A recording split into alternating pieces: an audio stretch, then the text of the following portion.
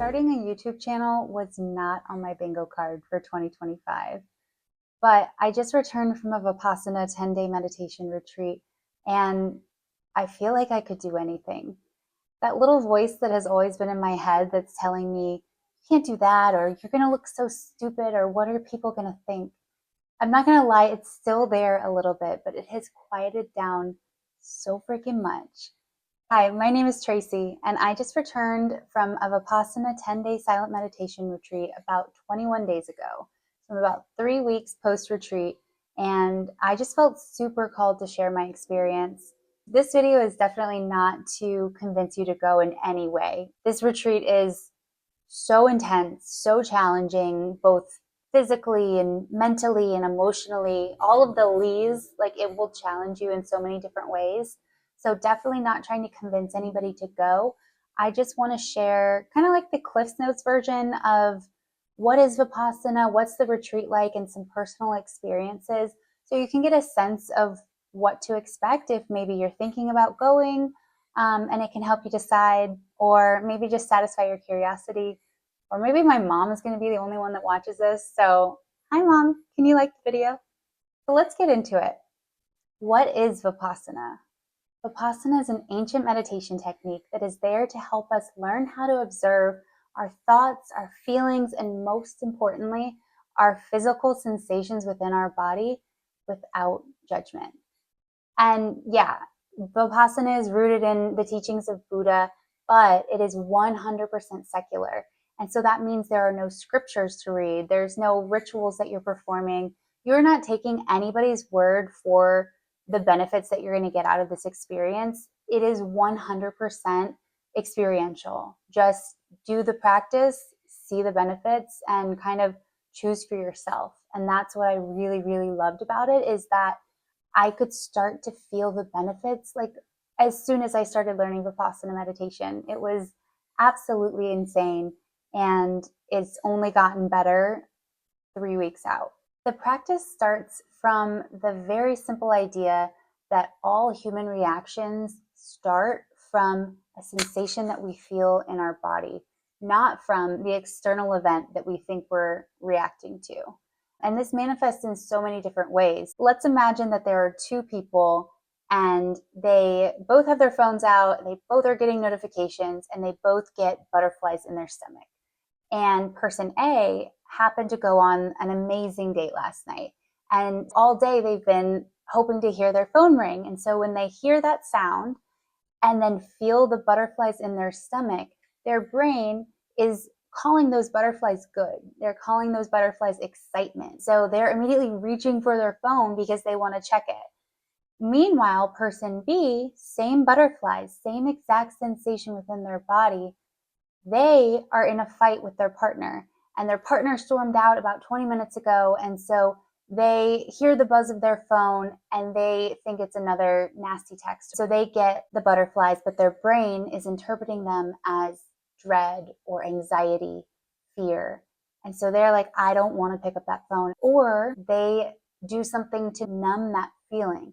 So they're going to get some wine, they're ordering a pizza, they're turning on the TV, they're taking a nap.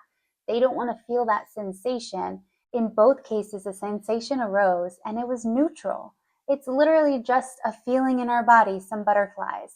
But because our brain is so used to labeling things good, bad, I want this, I don't want that, then that is how we are trained to react. Vipassana teaches us to leave out the interpretation, to notice each sensation without judgment, without labeling it, just noticing it as it is, which sounds so simple, but it is anything but easy. Vipassana also helps break free from the cycle of craving and aversion, which essentially is the root of all suffering. And so our mind is constantly saying, I want this, or I don't want that. And we're just clinging to things when they're good, and we're pushing things away when they're bad. And this creates an endless loop of dissatisfaction. Vipassana helps you step out of that cycle of craving and aversion by not only observing your sensations, but as you're observing them, you're noticing the impermanent nature of the sensation.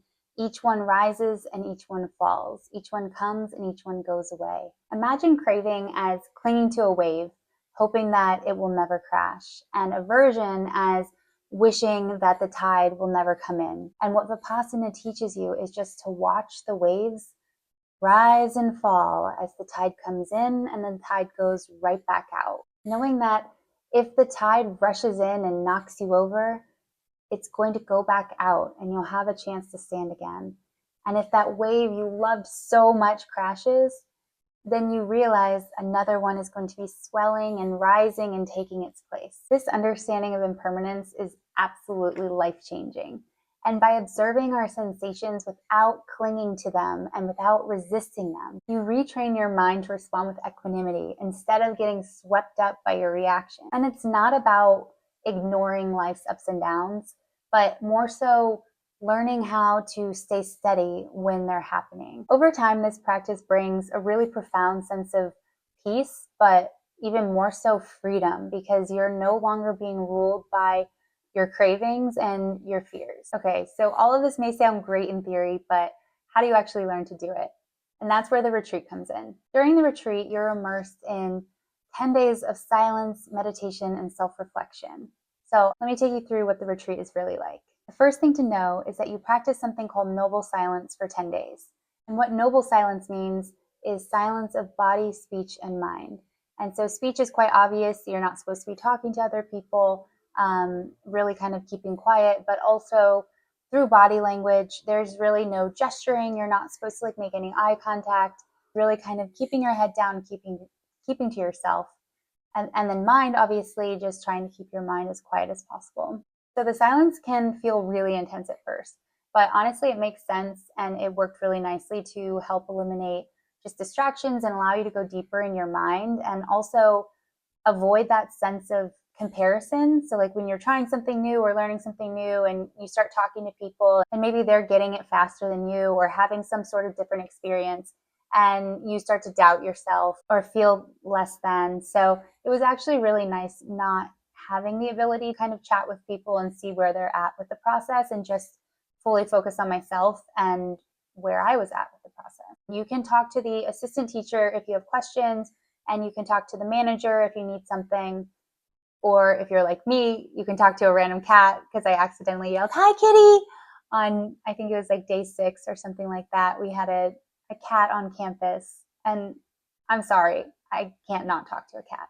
Men and women are at the same retreats, but they are separated pretty much everywhere on the grounds, in the accommodations, obviously, in the dining halls. And then we are in the same meditation hall, but then they're separated. And the separation, again, like the silence, is really just to eliminate unnecessary distractions. And it did kind of help, like, just feel a little bit more safe and secure also, just being with the women. Even though we're separated, you 100% knew they were there. Noble silence of body, it does not pertain to bodily functions, apparently. So there were a lot of belching, snoring, some farting.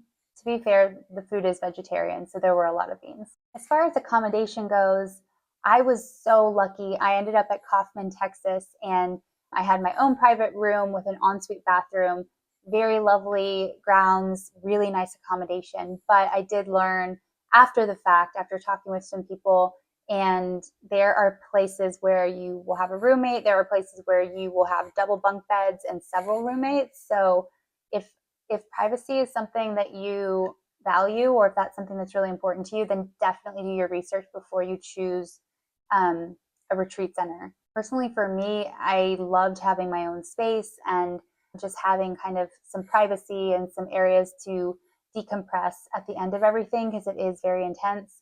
But I'm sure if you had roommates, that would lend itself to other types of growth experiences, or just kind of push you past your comfort level. So I think it's not something to write off if you're really interested in doing a retreat and the only ones near you are shared accommodation, but I think it's definitely something to keep an eye out for. So let's talk about the schedule, because yes, you may have heard the rumor, but yes, it's true. You are meditating for 11 hours a day, or at least there's a block of 11 hours worth of meditations. after like breaks and things like that, you end up probably doing about 10 hours. The day starts right at 4 a.m. and someone is banging a bell, walking through the halls of the accommodation, trying to wake everybody up. And the first meditation block isn't until 4:30 though, so you can kind of push it. By the end, I think I was sleeping till like 4:23 and just getting up and meditating in my room for that first 2-hour block. There are 3 1-hour required group meditations in the meditation hall. And those are kind of the only ones where they really want everybody within the hall. They check attendance, they'll go find you in your room if you haven't come through. But other than that, for the other meditation blocks, they typically gave you the choice of meditating in the hall or going back to your room. And it was really interesting for me. The first half of the retreat, I would like hightail it back to my room. Like I couldn't get back there quick enough. The silence in the meditation hall was a little overwhelming for me. I have a lot of anxiety about like my stomach growling and my stomach gurgling after I'm eating. So that was a really big stressor for me and something that I had to kind of work on throughout the retreat, which Vipassana definitely helped with. And so by mid retreat, definitely towards the end, I was actually the reverse, and I was staying in the meditation hall for every single additional meditation except the 4:30. That was in my room every single time. I just would roll out of bed, wash my face, and just get to it in my pajamas. And so never made it to the hall for that one, but kudos to those who do. And the last part of the day is a video lecture that is done by Goenka, who is the founder of these meditation centers, and he is just going over the day's teaching. He's talking more about the benefits that you can expect from Vipassana and just sharing like really heartfelt stories, really funny stories. It was such a relief at the end of such an intense day. So if you're somebody that thrives on a schedule and routine, then you're totally going to be fine at this retreat. It was a little overwhelming at first. In fact, the first day I found myself like in the mirror on one of the breaks, like giving myself a pep talk. And I'm like, you got this. Like, you're almost done with day 1, only 9 more to go. And I looked at the clock and it was 9 a.m. So that was the first day for me, basically thinking I'm almost done with the day and having 12 hours left. But truly by, day 3, day 4, it really became comforting kind of knowing like where you're supposed to go, what you're supposed to do. On the last day, like when I got home to my apartment, I was kind of just wandering around, like waiting for a bell to ring. It does become comforting, I think, but if you're somebody who likes like spontaneity and something different every moment, it'll be a little bit of a challenge for you. So if you're like me, you want to know about the food, which I will first say I was pleasantly surprised. I went into this retreat thinking I was going to like come out starved and having lost 10 pounds, but it's not like that at all. One thing to note is you do only get 2 meals. There's breakfast at 6:30 a.m. and lunch at 11 a.m. And then if you're a new student, you do get fresh fruit along with a huge variety of different teas and milk alternative products at 5 p.m. But if you're a returning student at 5 p.m., you can only have tea without milk or like lemon water. And so that's one thing to be aware of. And it's not meant to torture you. It's not like some sadistic thing. It's basically just digestion takes a lot of energy and they want you to be focused on meditation and not being drowsy in the afternoon. It's a long afternoon, it's a long evening. And so really this is just to help you focus on the task at hand, which is the meditation. And the food you do get to eat, oh, it was so good, honestly.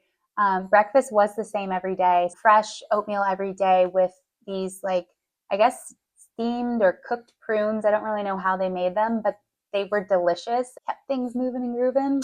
So highly recommend. But they also had like a ton of different cereals, granola, bread for toast, and peanut butter, jams, butter, along with fresh fruit. But lunch was so good. Honestly, I started hoping for repeat meals. Surely with a 10-day retreat, they'll repeat some meals. They made something new every single day. It was something pretty different, everything from like vegetarian lasagna to a variety of different soups and curries, and definitely some rice and beans and all the vegetarian staples, but everything was really delicious. And they also had a salad bar with a ton of different toppings, which actually reminds me on day 6, This was the day that I started seeing faces on everything. It was a little peculiar. Like, for instance, in the meditation hall, one of the girls in front of me had one of those chairs with the backs, and the screws in the chair were like making a smiley face. And that day at lunch, I had gotten salad and I had a little chickpea on my plate, and it had the absolute cutest smiley face on it that I started to feel like Tom Hanks in Castaway, like I was going to take that chickpea back with me and it was going to be my Wilson. I didn't do that, but your mind starts taking to very interesting places by day 6. So how do you actually practice Vipassana? It's time to talk about the techniques. The interesting thing is, for the first about 3.5 days, you are not even practicing Vipassana.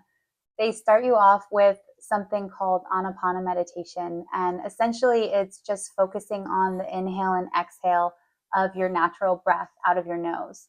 And so you're not trying to force it or do any sort of like box breathing or any pranayama, truly just sitting there,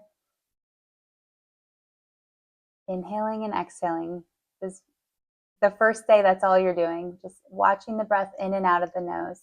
Then it does start to progress. So after about a day of just focusing on the inhale and exhale through the nose, you're then tuning your focus to the area above the upper lip and below the nostrils, and really just focusing on feeling any sort of sensation in that area, in that tiny, tiny area, which at first you're like, what am I doing? I don't feel anything. This is just my skin. Or maybe I feel the breath of my inhale or exhale. But as you start to quiet and just pay attention, it was wild. It was so cool, the sensations that I started to feel in this teeny tiny little area. Like, at one point, it felt like an ant was crawling across my face. I felt like a tickle and a tingle. I felt like the freaking air molecules dancing across my lip. Like, it got so specific and subtle and detailed. It was really cool. It felt like I was waking up to like a new level of awareness I never had before. And finally, on day about 3.5 in the afternoon, you get to learn Vipassana. And at a very high level, Vipassana is essentially a body scan, starting with the head, moving down, going to the feet, going back up from the feet up to the head.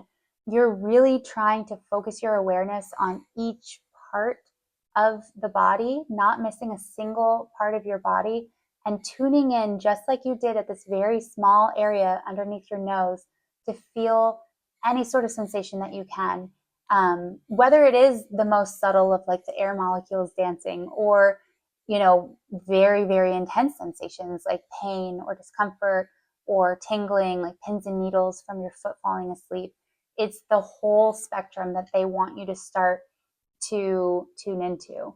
The main thing to remember as you do this is you're just observing the sensations as they are. We're not attaching any judgment to them. We're not attaching any like or dislike, or if we're feeling something good, we're not trying to wish for more of that. And if we're feeling something bad, we're not wishing it away. Just observing as they arise and as they fall. So how this manifests is noticing an itch and not scratching it, or noticing the pins and needles in your feet and not moving your foot. This is where the real work begins. But this is how you start to experientially really understand the concept of impermanence, or the word that they use in the retreat is anicca. This idea teaches you that all sensations, and by extension, all things in life, arise and pass away. Nothing lasts forever. And that is actually really freeing. It was very challenging to feel things in the body and not react, especially the example about an itch. We're so used to feeling something and immediately, without even noticing, we're going to scratch it. And so really catching yourself and paying attention to those moments of subtle judgment and subtle reaction was very interesting. By day 7, for me, that's when it really clicked in, and I had this like amazing visual come to me. I started imagining my body like a still lake, and every sensation that I noticed would be like a pebble hitting that lake and creating a ripple. But I also noticed that each ripple would eventually fade.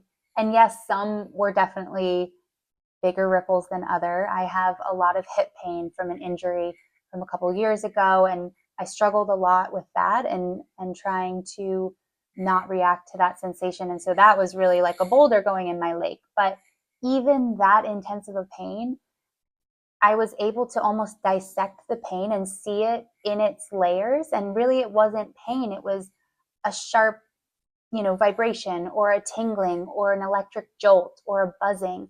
And once I was able to see that, it just became so much easier to not react to it. Before the retreat, if I felt discomfort or pain, my mind would freak out. It would automatically want to hide from it or run away, or my favorite, numb, and kind of ignore what was happening. Ultimately, this pushing it away or resisting always made the situation worse rather than just observing what was happening. But Vipassana taught me that pain is just a sensation, and if I stop feeding it with resistance, then it's just going to fade away. From that point on, I was able to actually sit on the mat for an hour, cross-legged, not moving, and that was something I hadn't been able to do before. And it felt like a superpower. But for me, the biggest transformation from this retreat was not physical. It was definitely emotional. I went into this retreat on the 1st of January, which felt like the most synchronistic, magical timing of being able to attend at the very, very beginning of the year, especially this year. 2024 was probably the hardest year of my life. I lost both my cats within 6 months of each other, and I had had London since I was 19 and Vegas since I was 21. So my entire adult life, these cats were my children. It was very devastating to lose them, and I lost myself in a way. I was completely underwater with the grief, and I couldn't see which way was up.